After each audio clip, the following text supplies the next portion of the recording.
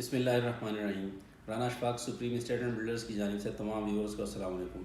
Viewers, आज मैं MDA scheme 1 के हवाले से दोबारा थोड़ा सा इंट्रोडक्शन कराना चाहूँगा अपने जो नए सब्सक्राइबर हैं मेरे उनके हवाले से, ताकि जो लोग अभी मेरे चैनल को सब्सक्राइब कर रहे हैं और नए आने वाले मेरे चैनल पे, तो उनके लिए थोड़ा सा इसकी जो डिटेल में उनको समझ आ जाए कि MDA स्कीम 1 की डिटेल क्या है, शुरू इसकी लॉन्च कब हुई और क्या है इसका स्टार्टिंग में जो भी मामलात हुए, तो अब ये जो करंट इसकी पोजीशन है वो क्या है।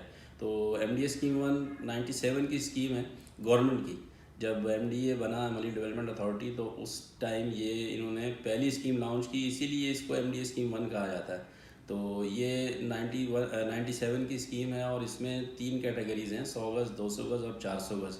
और ये समझें कि बहुत लो कॉस्ट थी और अभी भी इसके जो रेट्स हैं वो कम ही हैं। इसके 25 सेक्टर हैं और 25 में से कुछ सेक्टर रिज़र्व हैं, जैसे 1 सेक्टर जो है वो नहीं है, वो प्राइवेट लैंड है, और 2 सेक्टर है जिसमें बैलेटिंग है, फिर 3 है, 3 प्राइवेट सोसाइटीज़ हैं, फिर 4 सेक्टर जो है वो रेडियो पाकिस्तान का है और वो भी MDA के स्कीम 1 के अंदर नहीं है शामिल, उसमें बैलेटिंग नहीं है। फिर 5 सेक्टर है, ऐसे ही 5 सेक्टर में बैलेटिंग है। फिर 6 सेक्टर जो है, 6 सेक्टर में TNT की जगह है और वो MDA का नहीं है। फिर 7 सेक्टर है, उसमें बैलेटिंग है। फिर 8 सेक्टर जो है वो ग्रेवयार्ड के लिए है। उसके बाद 9 सेक्टर है, 9 सेक्टर में बैलेटिंग है। फिर 10 सेक्टर जो है वो PF पाकिस्तान एयरफोर्स का है। फिर 11 सेक्टर जो है उसमें बैलेटिंग है। फिर 12 सेक्टर है, सेक्टर 12 जो 12 सेक्टर है उसमें सहाफ़ियों को प्लॉट दिए गए और एक 12A जो है इसमें सहाफ़ियों के, और उसके बाद 13 सेक्टर जो है उसमें बैलेटिंग है। ऐसे ही 14 रिज़र्व में है, फिर 15 सेक्टर है, फिर सेक्टर 16 जो है वो रिज़र्व में है और सेक्टर 17 में बैलेटिंग है, प्लॉटिंग है। और फिर ऐसे ही सेक्टर 18 जो है लो कॉस्ट स्कीम के लिए रखा गया था और अभी तक उसमें कोई काम शुरू नहीं हुआ, वो भी रिज़र्व में पड़ा हुआ है। फिर उसके बाद 19 सेक्टर है। 19 सेक्टर के बाद आप समझें कि सेक्टर्स जो है वो कंटिन्यू हैं 19 से 25 तक, ये पिछले सेक्टर कहलाते हैं। तो इनमें 100 गज़, 200 गज़ और 400 गज़ की बैलेटिंग हुई थी और इसकी जो इनिशियल प्राइस थी जो गवर्नमेंट ने रखे थे 100 गज़ के, वो कंप्लीट पेमेंट 90,000, और 200 गज़ की जो इनिशियल प्राइस थे, जो बैलेटिंग रेट थे इसके, वो समझ लें, इसको डबल कर लें आप, इसमें कंप्लीट पेमेंट शामिल है डेवलपमेंट की, यूटिलिटीज़ की। 100 गज़ की 90,000, 200 गज़ की 1,80,000 और 400 गज़ की 3,60,000।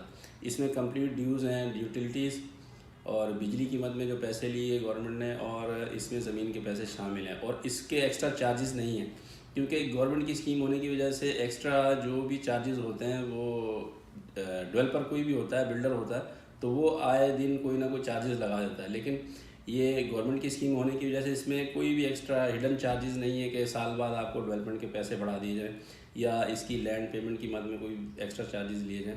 तो ये माशाल्लाह बहुत ही अच्छी MDA स्कीम 1 जो है, बहुत ही अच्छी और सस्ती है। अभी भी अगर करंट इसकी मार्केट देखी जाए तो जो ओवरऑल जो सुपर हाईवे पे स्कीमें हैं, जो प्राइवेट सोसाइटियाँ हैं या बैरियर टाउन, DHA, इनके साथ अगर हम कंपेयर करें तो MDA स्कीम 1 की जो प्राइस है वो बहुत ही बॉटम पे लो प्राइस में है।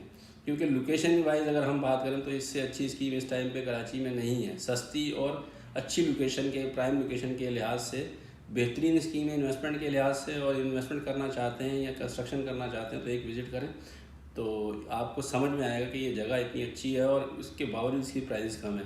तो दोस्तों, ये वीडियो मेरा बनाने का मकसद ये है कि जो मेरे नए सब्सक्राइबर हैं मेरे चैनल के, और जो दोस्त मेरा चैनल देख रहे हैं, उनको समझ आए कि MDA स्कीम 1 जो है उसका मुख्तसर सा इंट्रोडक्शन क्या है। तो इंशाल्लाह मज़ीद अगली वीडियोस में आपको इसकी मज़ीद डिटेल के साथ सेक्टर वाइज और जो इसके प्रोजेक्ट चल रहे हैं सराउंडिंग में, वो आपको इंशाल्लाह मज़ीद वीडियोस में आपको डिटेल के साथ में समझाऊंगा। तब तक के लिए अल्लाह हाफिज़, अस्सलाम वालेकुम।